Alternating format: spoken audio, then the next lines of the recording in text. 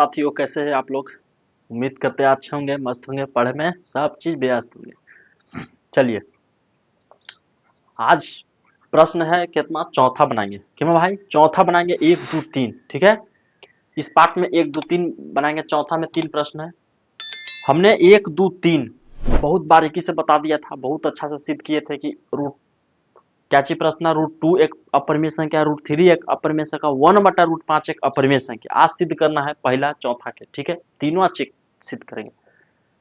तो जैसे उसको हम किए थे ना, सेम उसी तरह इसमें करेंगे। डरना नहीं है कि हाँ, पहला कहता है कि सिद्ध करे कि 6 के पावर 1/3 एक परिमेय संख्या, अपरिमेय संख्या, इसको सिद्ध करना। वो बाय आधा तो पगला गया होगा लाइक वन, बाप रे 6 के पावर 1/3 है, कैसे होगा, ना होगा, एकदम डर गया हो। तो डरना नहीं है, आराम से एकदम 1 सेकंड का क्वेश्चन, या हल्का है, सबसे हल्का तो ये। तो प्रश्न को कैसे बनाएंगे, पूरा बढ़िया से बारीकी से समझाएंगे, देखिएगा। चलिए, जैसे जैसे हम उसमें लिखे थे ना, सेम उसी प्रक्रिया, थोड़ा सा कैलकुलेशन इधर उधर करेंगे, ठीक है। तो कुछ कुछ नहीं लिखेंगे, लिखना है सोल्व। सबसे पहले हम माने थे, ठीक है। तो इसमें भी मान लेंगे, माना कि 6 के पावर 1/√3 है। एक क्या चीज हो गया भाई, एक परिमेय संख्या। अब परिमेय संख्या दिया तो उल्टी आप लोगों को मान लेना, विपरीत, अपोजिट, क्या, परिमेय संख्या। चलिए, हमने मान लिया कि 6 के पावर 1/√3 एक 6 के पावर 1/3 एक परिमेय संख्या।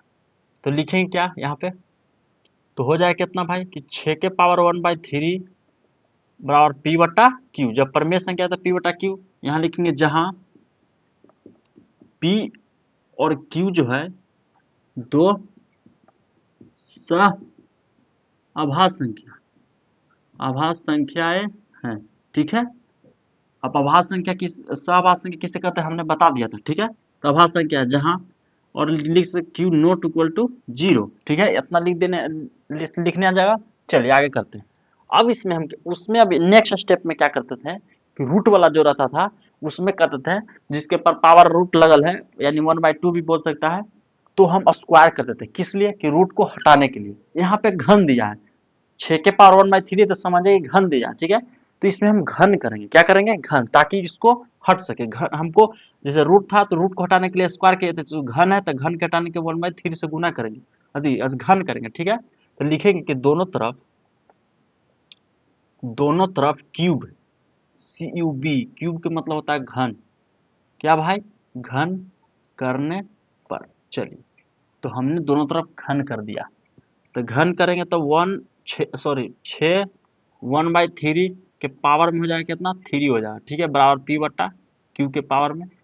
चलिए 3 इतना हो गया, इतना करने आ गया। अब हम क्या करेंगे ना, जैसे 6 है, 6 के पावर हो जाएगा 1/3, अगर कोष्ट हटाएंगे तो गुना में हो जाएगा 3 आ जाएगा, और 3 से 3 क्या हो जाएगा, खत्म। अब पी क्यू बटे क्यू क्यू हो जाएगा, क्यू क्यू हो जाएगा, यानी 6 के पावर 3 और पी के पावर 3। अब देखो 3 से 3 खटिया 6 हो जाएगा। अब 6 बराबर हो जाएगा पी क्यू बटे क्यू के पावर 3, ठीक है। अब हम क्या करेंगे, देखिए नेक्स्ट स्टेप क्या करते हैं कि जैसे उस साइड हम क्यू स्क्वायर के इस साइड, पी स्क्वायर के इस साइड करते थे, सेम इसी में उसी, देखो ये हम क्या करेंगे ना कि इसको इस साइड, यानी क्यू जो होगा ये इसमें गुना होगा, तिरछा तिरछी, तक 6 क्यू और के पावर 3 हो जाएगा, और पी के पावर 3 हो जाएगा, ठीक है। उसके बाद क्या करते हैं हम कि अब देखिए हम करके 6 को उस साइड करेंगे, तो इसलिए हो जाएगा पी क्यू 6 के पावर अति पी के पावर की बटा 6 हो जाएगा। हम क्या किए हैं कि 6 को इस साइड लिया है, तो क्यू क्यू ऐसा ना है ना, बोले में बात क्यू क्यू, और पावर में 3 आता था, इसको क्यू बोला था, क्यू थी, क्यू वर्ड डले यहाँ बड़ी, बोलते हैं क्यू के पावर 3। चलिए, क्यू के पावर 3 बराबर पी क्यू बटा 6 हो जाएगा, ठीक है। अब 6 हो जाएगा यहाँ पे। तब हम देखिए क्या करेंगे, अगर पी के जगह, मतलब अगर पी के जगह कुछ भी रखेगा, 2 रखेगा, 3 रखेगा, उसको क्यू करिए तो 6 से विभाज्य हो जाएगा। जैसे हम उस साइड में बताए थे, सेम इसी में करना है। बस यहाँ पे लिख देना है कि क्या लिखना है, यहाँ पे लिखना है कि पी क्यू जो है 6 से विभाजित, 6 से विभाजित होगा, ठीक है। तो इसलिए पी भी जो है 6 से विभाजित होगा, पी भी 6 से विभाजित होगा। चेक कर लीजिएगा, बन जाएगा। चेक भी कर दिए तो उस साइड उस पार्ट 1 में। इसको अगर कोई पहला बार देख रहे हैं तो इसको नहीं देखे, सबसे पहले पार्ट 1 देखे, ठीक है। पार्ट 1 मतलब एक्सरसाइज 1/3 के पहला क्वेश्चन और दूसरा तीसरा देख सकते हैं, ठीक है। तो क्यू क्यू हो जाएगा इतना। उसके बाद यहाँ पे हम क्या करते हैं, इस साइड बनाते हैं। चलिए आओ भाई, बहुत मेहनत है, पढ़ाई तो ऐसे खेला है, सब कोई क्या ना पढ़ ले रहा है। चलो अब हम क्या करेंगे, इसको समीकरण फर्स्ट मानेंगे, दिखाई दे रहा है। चलिए इसको समीकरण फर्स्ट मानेंगे।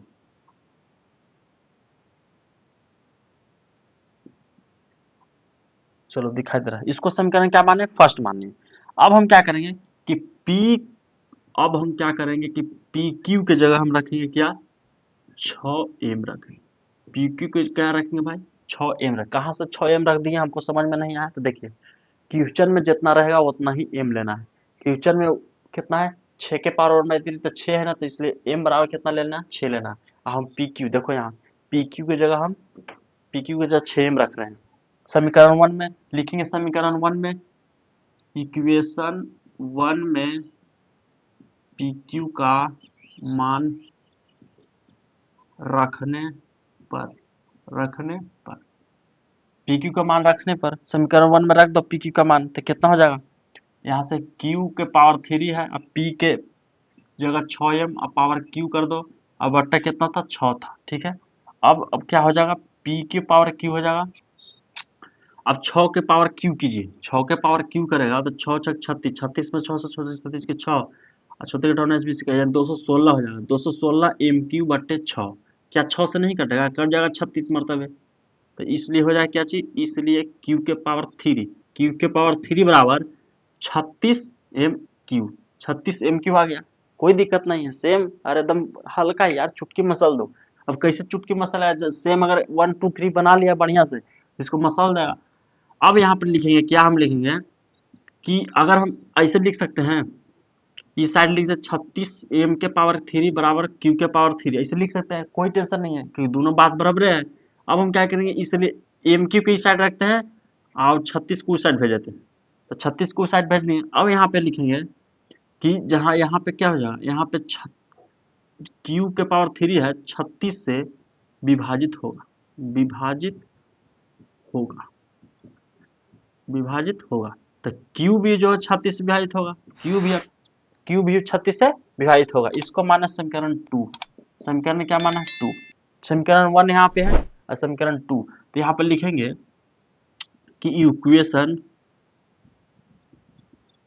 इक्वेशन 1 एंड 2 से क्या पता चला, 1 एंड 2 से पता चला कि कुछ विरोधाभास उत्पन्न हो रहा है। कैसे, हमको नहीं समझ में आया विरोधाभास उत्पन्न कैसे होता है। तो देखो भाई, विरोधाभास उत्पन्न हो रहा है इसलिए कि यहाँ पे माने थे कि पी और क्यू दो सहभास संख्या, तो सहभास संख्या बताए थे किसे कहते हैं, वैसी संख्या जिसमें दो अभिनिष्ट गुणनखंड एक हो, दो संख्या के बीच उभयनिष्ठ गुणनखंड, उभयनिष्ठ मतलब बताए थे कि दोनों में शामिल हो, उभयनिष्ठ गुणनखंड एक हो। तो यहाँ पे कितना आ रहा है, देखो 36 आ रहा है, कभी यहाँ पे 6 आ रहा है, तो उभयनिष्ठ गुणनखंड एक के अलावा 36 आ रहा है, 6 आ रहा है, तो कुछ गलत हो रहा है ना, विरोधाभास उत्पन्न हो रहा है ना। तो लिखेंगे कि इक्वेशन 1 और 2 से, 1 और 2 से क्या हो जाएगा, 1 और 2 से 1 और 2 से 1 और 2 से यहाँ लिखेंगे 1 समीकरण 1 एंड 2 से यहाँ विरोधाभास,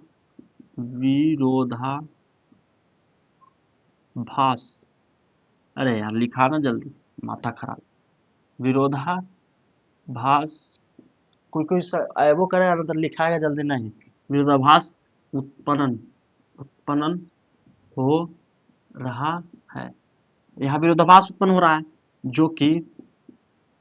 जो कि हम ऊपर में 6 के पावर 1/3 एक परिमेय संख्या माने थे, जो गलत है, इसलिए क्या हो जाएगा, 6 के पावर 1/3 एक,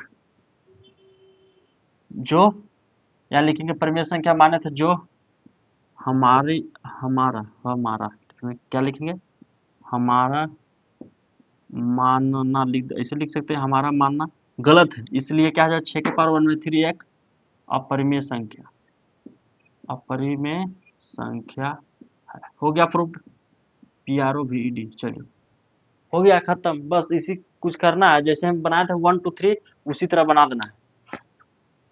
हो गया। सिद्ध कीजिए कि 1 इतना एक परमेय संख्या, ठीक है। कुछ देर के लिए मान लें कि ये क्या चाहिए, परमेय संख्या हो गया, ठीक है। जबकि परमेय संख्या हो जाता है P बटा Q के रूप में बराबर होगा, जहाँ P और Q दो सहवास संख्या है, Q नॉट इक्वल टू 0।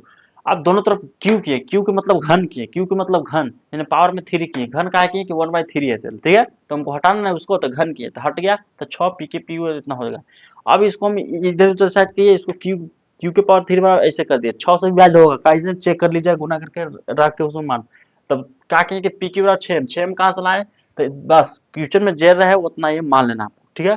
उसके बाद हम इसमें 1 में रख दिया, 1 करते करते ऐसे लाए। उसके बाद देख रहे हैं कि 1 और 2 से हम आंख उड़ा के देख रहे हैं कि 6 और 36 आ रहा है, जो कि विभिन्न गुणन एक के अलावा और आ रहा है, तो विरोधाभास उत्पन्न हो रहा है, कुछ दिक्कत हो रहा है। इसीलिए हम कहे थे कि ऊपर जो हम माने थे वो गलत है, ऊपर मानना हमारा गलत है कि एक परमेय संख्या है, जो कि हमारा मानना गलत है। इसलिए 6 के पावर 1/√3, 6 के पावर 1/3 एक अपरिमेय संख्या हो गया, बस बन गया। और क्या, दूसरा प्रश्न डायरेक्ट आते हैं। चलिए, तो चौथा का दूसरा प्रश्न कहता है कि सिद्ध कीजिए कि 3√3 जो है, 3√3 जो है एक अपरिमेय संख्या है। तो कि हाँ अपरिमेय संख्या है, तो कहता है कि नहीं ऐसे नहीं बताना है, हमको सिद्ध करके दिखा रहा है, प्रूव करके दिखा रहा है। कैसे हो रहा है हमको नहीं समझ में आता है, चलो बताओ। किताब को नहीं समझ में आता था तो हमनी से पूछता है कि बताओ हो कैसे होते, चल रुक बताते तोरा कैसे होगा।